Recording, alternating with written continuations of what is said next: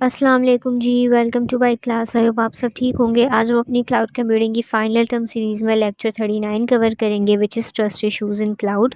Total 6 modules हैं इस chapter में, so let's get started with module 206 which is trust in clouds. Now जब आप क्लाउड पर अपना डेटा स्टोर करते हैं तो आपके पास और कोई ऑप्शन नहीं होता, आपको क्लाउड प्रोवाइडर पर ट्रस्ट करना होता है कि वो आपके डेटा को सिक्योर रखेगा, प्राइवेट रखेगा, उसका कोई मिसयूज़ नहीं होगा, कोई अनऑथराइज्ड पर्सन आपके डेटा को एक्सेस नहीं करेगा। यूजुअली क्लाउड प्रोवाइडर्स इस तरह की सिक्योरिटी को मेंटेन करने के लिए फायरवॉल्स जैसे सिक्योरिटी पैरामीटर्स यूज़ करते हैं, जिसके ज़रिए क्लाउड प्रोवाइडर और क्लाउड कंज्यूमर के बीच में एक ट्रस्ट बाउंड्री क्रिएट की जाती है। ये जो फायरवॉल्स होती हैं डिजिटल फेंस की तरह होती हैं, एक बहुत मोटी दीवार की तरह होती है, और ये बाउंड्री वो क्लियर लाइन होती है तो इस फायरवॉल के अंदर मौजूद होती है। इस बाउंड्री के अंदर जितने भी लोग होते हैं वो ट्रस्टेड होते हैं, और इस बाउंड्री के बाहर जितने भी आउटसाइडर्स होते हैं वो अनट्रस्टेड होते हैं। यूजुअली कंपनीज आपके डेटा को प्रोटेक्ट करने के लिए, उसको सिक्योर करने के लिए आपके डेटा के अराउंड इस तरह की फायरवॉल्स इंस्टॉल करती हैं। तो इन्हीं फायरवॉल्स के ज़रिए इन ट्रस्टेड बाउंड्रीज़ के अंदर रहते हुए कंपनीज आपके डेटा को सिक्योर रखती हैं, प्राइवेट रखती हैं, प्रोटेक्टेड रखती हैं। नाउ ट्रेडिशनली क्या होता है कि जब आप क्लाउड पर अपना डेटा स्टोर करते हैं तो उसके गिर्द एक फायरवॉल क्रिएट कर दी जाती है, जो एक फेंस की तरह होती है, एक बाउंड्री की तरह होती है। इस बाउंड्री के अंदर कौन कौन आपके डेटा को यूज़ कर रहा है, एक्सेस कर रहा है, आपको पता होता है। इस बाउंड्री के बाहर क्या हो रहा है वो आपको नहीं पता होता। बट क्योंकि क्लाउड में क्या इशू होता है कि आप पब्लिक क्लाउड यूज़ कर रहे होते हैं, तो आप ट्रांसफ़र कर रहे होते हैं कोई डेटा, या फिर क्लाउड प्रोवाइडर्स के सर्वर पर अपना कोई डेटा स्टोर कर रहे होते हैं, तो आपका डेटा फिज़िकली आपका कंप्यूटर, आपका सिस्टम छोड़कर ट्रैवल कर रहा होता है क्लाउड प्रोवाइडर के सर्वर्स की तरफ। क्योंकि ये आपका डेटा क्लाउड प्रोवाइडर्स के ज़रिए स्टोर किया जा रहा होता है, हैंडल किया जा रहा होता है, मैनेज किया जा रहा होता है, तो आपके पास एज अ कंज्यूमर और कोई ऑप्शन नहीं होता सिवाय इसके कि आप उस क्लाउड प्रोवाइडर कंपनी पर ट्रस्ट करें अपने डेटा की सिक्योरिटी के लिए। क्लाउड में क्या होता है कि अक्सर क्लाउड प्रोवाइडर्स बहुत सारी सर्विसेज आउटसोर्स करते हैं, यानी किसी दूसरे क्लाउड प्रोवाइडर से वो सर्विसेज ले रहे होते हैं। ऐसी सिचुएशंस में जो आपका ट्रस्ट होता है क्लाउड प्रोवाइडर के ऊपर, उस कंपनी की रेपुटेशन पे बेस्ड करता है। और ये जो रेपुटेशन होती है ये उस क्लाउड प्रोवाइडर की कंपनी पर डिपेंडेंट नहीं होती, बल्कि कोई इंडिपेंडेंट थर्ड पार्टीज़ होती हैं, जैसे कोई सिक्योरिटी एक्सपर्ट्स होते हैं, ऑडिटर्स होते हैं, जैसा कि हमने पिछले मॉड्यूल में पढ़ा था, या फिर कंज्यूमर्स और यूज़र्स का एक्सपीरियंस, उनका फीडबैक, उनकी रिव्यूज़ होती हैं। ये वो तमाम चीज़ें हैं जो किसी कंपनी की रेपुटेशन बिल्ड करती हैं, और इस पर आप ट्रस्ट करके उस कंपनी के बारे में इंश्योर कर सकते हैं कि वो सिक्योर है। नाउ अपने प्रोवाइडर पर ट्रस्ट करना उस वक्त और ज़्यादा इंपॉर्टेंट हो जाता है जब आप अपना पर्सनल डेटा, कोई बिजनेस क्रिटिकल डेटा, या फिर कोई फाइनेंशियल कॉन्फिडेंशियल डेटा स्टोर कर रहे होते हैं क्लाउड प्रोवाइडर्स के सर्वर्स पर, कि आप अपनी बहुत ही वैल्यूएबल इंफॉर्मेशन किसी थर्ड पार्टी के सर्वर पर स्टोर कर रहे होते हैं। जैसे आपकी कोई पर्सनल फ़ोटोज़ हैं, कोई बिजनेस सीक्रेट्स हैं, कोई बैंक रिकॉर्ड्स हैं।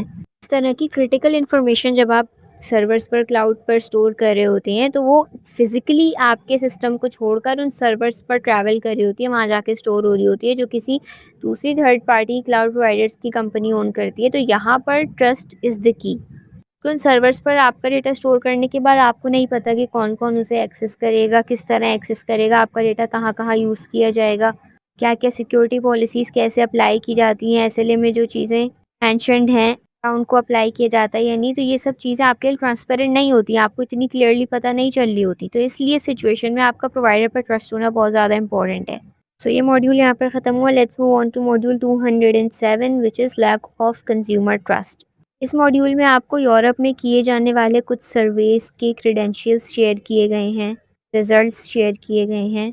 उन सर्वेस के मुताबिक 70% यूरोपियंस को ये ट्रस्ट इशू था, कहीं उनका क्लाउड पर स्टोर किया गया डेटा अनऑथराइज तरीके से एक्सेस ना किया जाए, उसको मिसयूज़ ना किया जाए, सेकेंडरी यूज़ ना किया जाए। जैसा कि मैंने पहले भी बताया था कि आप जब अपना क्लाउड पर डेटा स्टोर करते हैं तो उस डेटा के मिसयूज़ होने के चांसेस बहुत बढ़ जाते हैं। ये कंपनीज़, एडवर्टाइजमेंट कंपनीज़ को ये डेटा बेच रही होती हैं ताकि आपकी पर्सनल इन्फॉर्मेशन के हिसाब से, आपकी ज़रूरत, आपकी इंटरेस्ट के हिसाब से आपको एडवर्टाइजमेंट्स दिखाई जा सकें, कि पर्सनल इन्फॉर्मेशंस को स्कैम करने के लिए यूज़ किया जा सके। तो इस तरह के बहुत सारे रीज़न्स होते हैं जिनकी बेसिस पर ये कंपनीज़ आपका डेटा सेल कर रही होती हैं आपको बगैर बताए। तो उस सर्वे के मुताबिक वो कौन कौन से फैक्टर्स थे जिनकी बेसिस पर यूज़र्स क्लाउड प्रोवाइडर पर ट्रस्ट करते थे। सबसे बड़ा फैक्टर है रेपुटेशन, यानी जिस कंपनी, क्लाउड कंपनी के साथ आप अपना डेटा स्टोर कर रहे हैं उसकी मार्केट में रेपुटेशन कैसी है। सेकंड फैक्टर है रिकमेंडेशन फ्रॉम ट्रस्टेड पार्टी 27%। नहीं, जैसा हमने ऊपर पढ़ा था कि जब कोई क्लाउड प्रोवाइडर किसी अनबायस्ड अनरिलेटेड थर्ड पार्टी को हायर करते हैं अपनी सिक्योरिटी पॉलिसीज चेक कराने के लिए, ऑडिट कराने के लिए, तो इन अनबाइस्ड पार्टीज ओपिनियन बहुत मैटर करता है, क्योंकि वो उस कंपनी से ताल्लुक़ नहीं रखती हैं, उनसे रिलेटेड नहीं होती, तो इसलिए वो एक रियलिस्टिक फीडबैक देती हैं उस कंपनी की सर्विसेज के बारे में, सिक्योरिटी के बारे में। तो ऐसी थर्ड पार्टी कंपनीज की तरफ से जो रिकमेंडेशंस दी जाती हैं उस पर भी यूज़र्स बहुत ज़्यादा ट्रस्ट करते हैं। Third factor is trial experience which is 20%। यानी यूज़र्स खुद कोई क्लाउड सर्विस इस्तेमाल करके देखते हैं, चेक करते हैं और फिर उस बेसिस पर फर्दर यूज़ करना है या नहीं करना ये डिसाइड करते हैं। Then contract 20%। यानी जो SLA डॉक्यूमेंट होता है, सर्विस लेवल एग्रीमेंट किया जाता है क्लाउड प्रोवाइडर और क्लाउड कंज्यूमर के बीच में, जिसमें क्लाउड प्रोवाइडर की तरफ से गारंटीज़ दी जाती हैं सर्विस की परफॉर्मेंस के हवाले से, रिलायबिलिटी के हवाले से, आपके डेटा की सिक्योरिटी के हवाले से। उन सब चीज़ों पर ट्रस्ट करके भी यूज़र्स प्रोवाइडर कंपनी पर ट्रस्ट करते हैं। नाउ एज अ यूज़र आप सिर्फ उसी क्लाउड प्रोवाइडर पर ट्रस्ट करेंगे जो आपकी एक्सपेक्टेशन से मैच करेगा। यानी एज अ यूज़र आपको जिस लेवल की सिक्योरिटी चाहिए, जो क्लाउड प्रोवाइडर उस लेवल की सिक्योरिटी प्रोवाइड करेगा, आप सिर्फ उसी पे ट्रस्ट करेंगे।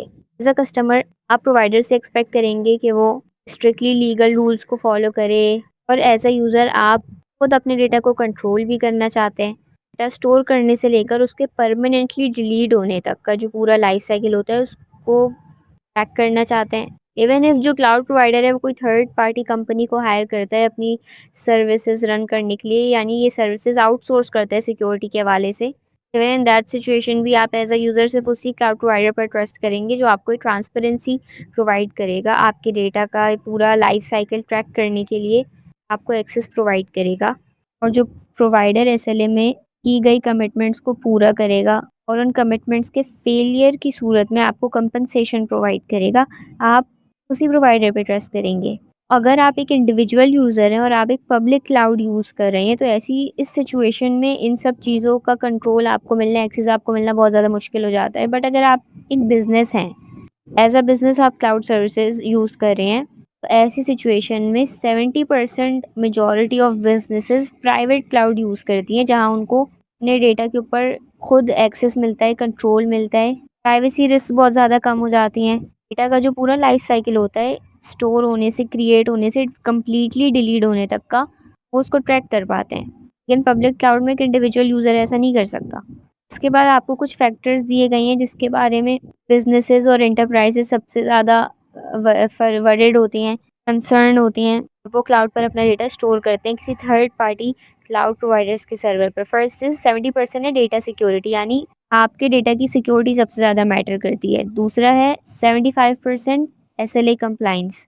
ये SLA में प्रोवाइडर की तरफ से जो जो चीज़ें कमिटमेंट्स की गई हैं को पूरा किया जाए, फेलियर की सूरत में यूज़र्स को, कंज्यूमर्स को कंपनसेट किया जाए। इन 79% फैक्टर मैटर करता है वेंडर लॉक इन। हमने पढ़ा था वेंडर लॉक इन क्या होता है। वेंडर लॉक इन ऐसी सिचुएशन होती है जब आप एक क्लाउड प्रोवाइडर के साथ स्टक हो जाते हैं, क्योंकि हर क्लाउड प्रोवाइडर का सिस्टम इंफ्रास्ट्रक्चर डिफरेंट होता है, सिक्योरिटी पॉलिसीज़ डिफरेंट होती हैं। अगर आप अपना डेटा एक क्लाउड प्रोवाइडर से किसी दूसरे क्लाउड प्रोवाइडर पर शिफ्ट करना चाहें तो ये बहुत ज़्यादा मुश्किल होता है।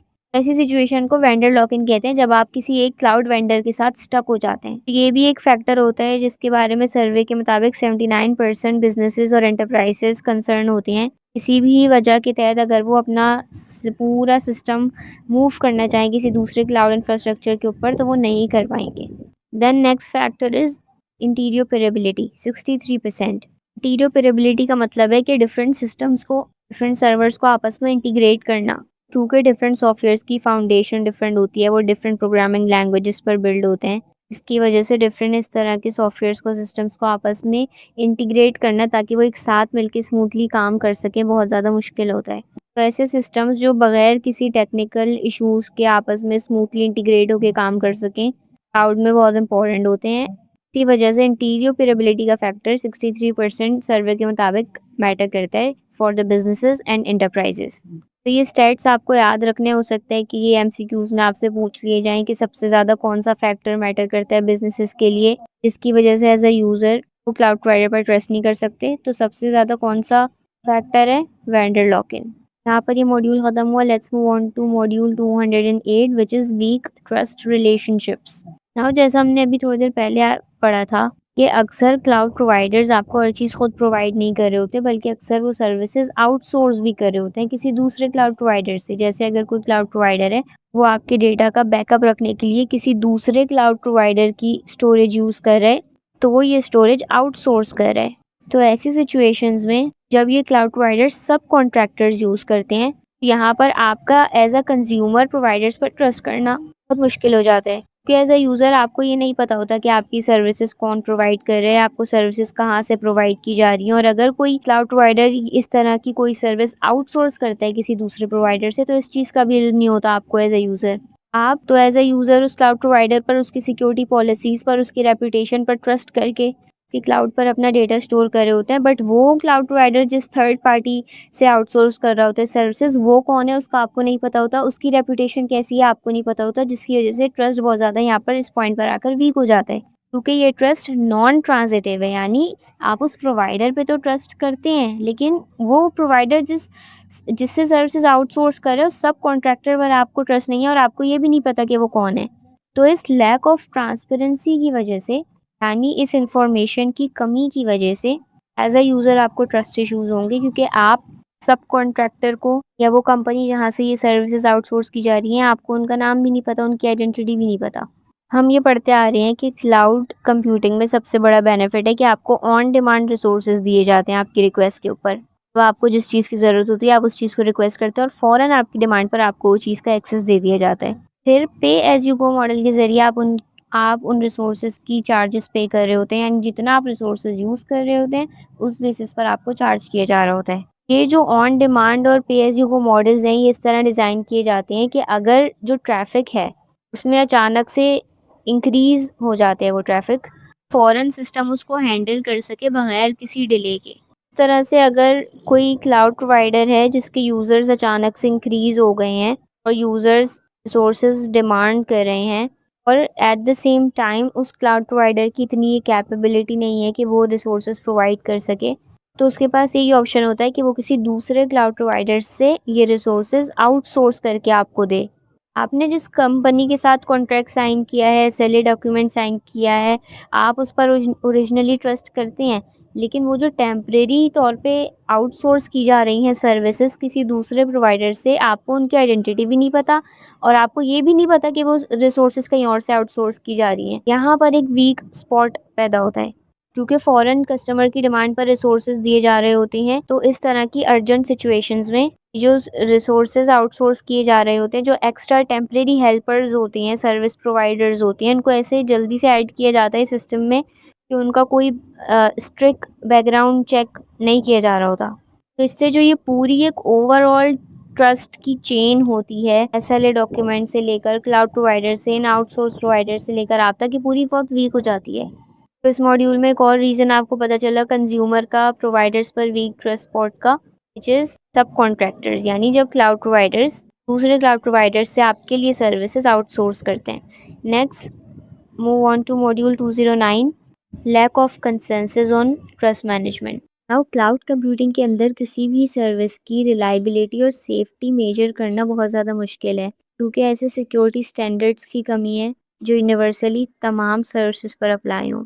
तो इस वजह से किसी क्लाउड प्रोवाइडर के लिए ये पता करना कि वो ट्रस्टवर्दी है या नहीं बहुत मुश्किल है, कि इंडस्ट्री में कोई कॉमन लीगल स्टैंडर्ड्स नहीं है। अनदर रीज़न इज़ कि ट्रस्ट एक फीलिंग है, एक कॉन्टेक्स्ट डिपेंडेंट कॉन्सेप्ट है, इसलिए इसको किसी स्टैंडर्ड या किसी लीगल रूल के ज़रिए मेजर करना बहुत ज़्यादा मुश्किल है। आप ट्रस्ट को मेजर नहीं कर सकते। तो इस वजह से किसी सर्विस की या किसी प्रोवाइडर की सिक्योरिटी, प्राइवेसी और रिलायबिलिटी को आप किसी मैथमेटिकल नंबर के ज़रिए आप काउंट नहीं कर सकते, मेजर नहीं कर सकते। दूसरा ये कि इंडस्ट्री में कोई अकाउंटेबिलिटी के लिए मैट्रिसेस एग्जैक्टली क्लियरली डिफाइन नहीं किए गए, यानी ऐसे स्ट्रॉन्ग ऑफिशियल रूल्स और ऐसे स्टैंडर्ड्स जिनकी बेसिस पर हम ये कह सकें कि क्लाउड प्रोवाइडर्स लीगली और टेक्निकली एसएलए में किए गए एग्रीमेंट्स के लिए रिस्पॉन्सिबल हैं। जैसे अगर कोई डेटा लॉस होता है, कोई सिक्योरिटी ब्रीच होता है, तो उसके लिए कौन अकाउंटेबल होगा, कौन जिम्मेदार होगा, ये चीज़ क्लियरली डिफाइन की जानी चाहिए। और थर्ड, कि कोई ऐसा यूनिवर्सल एग्रीमेंट नहीं है जिसकी बेसिस पर जो ये प्रूफ कर सके या ये एविडेंस दे सके, ये सबूत दे सके कि कोई प्रोवाइडर या सर्विस ट्रस्टवर्दी है। तो इन शॉर्ट कोई ऐसे प्रॉपर टूल्स नहीं हैं, ऐसे प्रॉपर रूल्स नहीं हैं या नंबर्स जो ये प्रूफ कर सकें कि कोई क्लाउड प्रोवाइडर एक्चुअली में अपनी रिस्पॉन्सिबिलिटीज़ पूरी करता है, एसएलए में किए गए एग्रीमेंट्स को, कमिटमेंट्स को कंप्लीट करता है। वे करंटली जो ट्रस्ट मॉडल्स मौजूद हैं वो सिर्फ बेसिक कुछ डिटेल्स लेती हैं, उन पर डिपेंड करती हैं। जो पुराने ऑलरेडी मौजूद टूल्स हैं, जो एग्जिस्टिंग ट्रस्ट मेजरिंग मेथड्स मौजूद हैं, वो पहले के सिंपल कंप्यूटर नेटवर्क्स के मुताबिक डिज़ाइन किए गए थे, जो आज के कॉम्प्लेक्स क्लाउड के साथ कंपैटिबल नहीं होते उतने। वजह से वो कुछ बेसिक डिटेल्स तो कवर करते हैं बट क्लाउड की जो तमाम कंप्लीट रिक्वायरमेंट्स हैं वो कवर नहीं करते। तो इन शॉर्ट दूसरा इशू हमने पढ़ा इस मॉड्यूल में, जिसकी वजह से एज़ अ कंज्यूमर आप क्लाउड प्रोवाइडर्स पर क्लाउड कंप्यूटिंग में इतना ज़्यादा ट्रस्ट नहीं कर सकते, विच इज़ कोई स्टैंडर्ड लीगलाइज्ड ट्रस्ट मॉडल्स मौजूद नहीं है जिनकी बेसिस पर आप जज कर सकें किसी सर्विस को या किसी क्लाउड प्रोवाइडर को, उनकी सर्विस सिक्योर और रिलायबल है या नहीं। Now let's move on to module 210 which is conclusions. तो ट्रस्ट अभी तक हम पढ़ते आ रहे हैं कि ये एक मेजर फैक्टर है क्लाउड कंज्यूमर्स के लिए, बिजनेसेस के लिए, एंटरप्राइजेस के लिए, रेगुलेटर्स के लिए। रेगुलेटर का मतलब होता है कोई ऑर्गेनाइजेशन, कोई ऑफिशियल बिजनेस या फिर कोई गवर्नमेंट से रिलेटेड एजेंसी वगैरह। तो बेसिकली लैक ऑफ ट्रस्ट यानी ट्रस्ट की कमी वो की फैक्टर है जिसकी वजह से बहुत सारे इंडिविजुअल यूजर्स या ऑर्गेनाइजेशंस और कंपनीज बहुत ज़्यादा तादाद में क्लाउड को अडॉप्ट नहीं कर पाती, क्योंकि लोग इस बारे में कंसर्न होते हैं कि जब वो क्लाउड पर अपना डेटा डालेंगे तो उसके बाद उनके डेटा के साथ क्या होगा, उसको कैसे प्रोसेस किया जाएगा। तो कौन कौन से कंसर्न्स हैं यानी ऐसे रिस्क जिसकी वजह से लोग क्लाउड को अडॉप्ट करने में डरते हैं, जैसे कि अनवांटेड एक्सेस, अनऑथराइज एक्सेस या फिर आपके डेटा का अनऑथराइज सेकेंडरी यूजेज, आपकी परमिशन के बगैर किसी और को डेटा अगर दे दिया जाए या फिर कोई अनऑथराइज पर्सन उसको एक्सेस कर पाए, तो ये सब चीज़ें अनवांटेड एक्सेस में आती हैं। क्योंकि जो इंडिविजुअल यूज़र्स के अलावा जो एंटरप्राइजेज़ होती हैं, जो बिज़नेसेस होती हैं, तो उनका डेटा कॉन्फिडेंशियल होता है, सेंसिटिव होता है, जिसके लिए उन्हें ज़्यादा सिक्योरिटी की ज़रूरत होती है। जब क्लाउड में आप अपना तमाम डेटा स्टोर कर रहे होते हैं किसी प्रोवाइडर के डेटा सेंटर्स में, उनके सर्वर्स पर, तो यहाँ पर एज ए यूज़र आपके पास यूज़र कंट्रोल इतना ज़्यादा नहीं होता। आप अपने डेटा की प्रोसेसिंग को ट्रैक नहीं कर सकते। और जो रेगुलेटर्स हैं यानी जो ऑफिशियल ऑर्गेनाइजेशंस हैं, बिजनेसेस हैं, जो टॉप टियर बिजनेसेस हैं या कोई गवर्नमेंट एजेंसीज हैं, उनका कंसर्न होता है illegal cross border data transfer. क्योंकि जैसा कि हमने पहले भी बहुत बार पढ़ा है कि जब आप किसी क्लाउड प्रोवाइडर के सर्वर्स पर अपना डेटा स्टोर कर रहे होते हैं तो आपको नहीं पता होता कि किस लोकेशन पर उनका डेटा सेंटर मौजूद है जिसमें फिजिकली आपका डेटा स्टोर्ड है। क्योंकि जो बहुत बड़ी बड़ी ऑर्गेनाइजेशंस होती हैं गूगल, माइक्रोसॉफ्ट की तरह, उनके मल्टीपल रीजन्स में डेटा सेंटर्स फैले हुए होते हैं। आपका डेटा एग्जैक्टली किस कंट्री में मौजूद है, किस कंट्री के डेटा सेंटर में कहाँ मौजूद है, आपको नहीं पता होता। तो जिस तरह की एंटरप्राइजेज और रेगुलेटर्स होते हैं वो नहीं चाहते कि उनका डेटा उनकी कंट्री की बॉर्डर्स के बाहर जाए, अगेन प्राइवेसी और सिक्योरिटी रीजंस की वजह से। क्योंकि अगर तो आपका डेटा आपकी कंट्री के रीजन के अंदर मौजूद है तो फिर भी थोड़ा बहुत आप उसको कंट्रोल कर सकते हैं, क्योंकि हर कंट्री के लीगल रूल्स अलग अलग होते हैं। बट किसी दूसरे कंट्री में अगर क्रॉस बॉर्डर आपका डेटा स्टोर किया जा रहा है, वहाँ पर किस तरह के रूल्स हैं उनको अप्लाई किया जाता है या नहीं है, क्या स्टैंडर्ड्स हैं, आप उस चीज़ को कंट्रोल नहीं कर सकते। इस वजह से जो ऑफिशियल ऑर्गेनाइजेशंस होती हैं जो हाईली कॉन्फिडेंशियल और सिक्योर डेटा स्टोर कर रही होती हैं क्लाउड के ऊपर, उनका सबसे बड़ा रिस्क, सबसे बड़ा कंसर्न यही होता है उनके डेटा को क्रॉस द बॉर्डर किसी और लोकेशन पे ना स्टोर किया जाए। नाउ क्लाउड को यहाँ पर कहा गया है trade off between privacy, security, compliance, cost and benefits. इसका मतलब ये है कि क्लाउड में आप ये तमाम चीज़ें बैलेंस कर रहे होते हैं कि जहाँ एक चीज़ आपको कोई बेनिफिट देगी है वहीं उस चीज़ का कोई ड्रॉबैक, कोई साइड इफ़ेक्ट भी होता है। जैसे जब क्लाउड पर आप अपना डेटा स्टोर करते हैं तो आपको बहुत सारे जहाँ बेनिफिट्स मिलते हैं, जैसे कि आपकी कॉस्ट बहुत ज़्यादा कम हो जाती है, आप रिमोटली कभी भी कहीं भी किसी भी जगह से एक्सेस कर सकते हैं, फ्लेक्सिबिलिटी आपको मिलती है, आप मल्टीपल डिवाइसेस से एक्सेस कर सकते हैं, आपको हर जगह हर डिवाइस से कोड अपडेट करने की ज़रूरत नहीं है। तो जहाँ ये बेनिफिट्स है वहाँ आपका एक ड्रॉबैक क्या है कि आपको खुद कंट्रोल नहीं मिलता, आप खुद से अपनी चीज़ों को कंट्रोल नहीं कर सकते, अपने डेटा को डायरेक्टली कंट्रोल नहीं कर सकते। तो फिर यहाँ पर आपको डिसाइड करने है कि आपको अपना पैसे सेव करने हैं और इसके बदले जो फीचर्स मिल रहे हैं वो एक्सेस करने हैं, या फिर आप अपनी प्राइवेसी और सिक्योरिटी में रिस्क ले सकते हैं। ना एक याद रखने वाली बात यहाँ पर ये है कि जो क्लाउड सर्विसेज होती हैं उनमें अक्सर मल्टीपल कंपनीज एक साथ मिलके काम कर रही होती है। फॉर एग्जांपल कंपनी ए जो है वो सर्वर प्रोवाइड कर रही है, कंपनी बी सॉफ्टवेयर प्रोवाइड कर रही है, एंड सो ऑन। तो ये जो ट्रस्ट का फैक्टर है किसी एक से रिलेटेड नहीं हो सकता, इस पूरे चेन में जितनी भी कंपनीज़ मौजूद हैं, वो तमाम वेरिफाइड होनी चाहिए कि वो सिक्योर हैं, सेफ हैं। तो अगर कोई एक भी इस चेन में लिंक कोई एक भी फेल होता है, तो उसका इस पूरी चेन पर इफ़ेक्ट पड़ता है। तो एज़ अ यूज़र हमें ऐसे स्टैंडर्ड मेथड्स और रूल्स चाहिए जिनके ज़रिए हम मेजर कर सकें कि कोई क्लाउड सर्विस कितनी ज़्यादा ट्रस्टवर्दी है और आप एज़ अ यूज़र उस प्रोवाइडर पे उस सर्विस पर ट्रस्ट कर सकते हैं।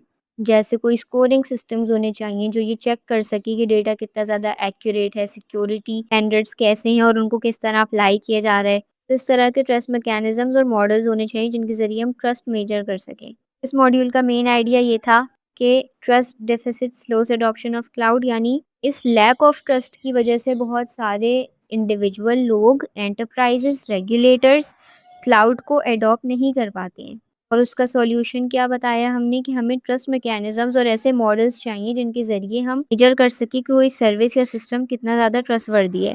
Now let's move on to module 211, trust management in cloud. अब ट्रस्ट को मॉनिटर और मेजर करने के लिए एक सिस्टमैटिक ट्रस्ट मैनेजमेंट सिस्टम होना चाहिए। तो बेसिकली हम इन क्लाउड सर्विसेज की अ, सच्चाई मेजर कर रहे होंगे। कौन-कौन से ऐसे एट्रिब्यूट्स हैं, स्टैंडर्ड्स हैं जिनकी बेसिस पर हम मेजर कर सकते हैं किसी भी सर्विस की ट्रस्टवर्दीनेस को। First is data integrity.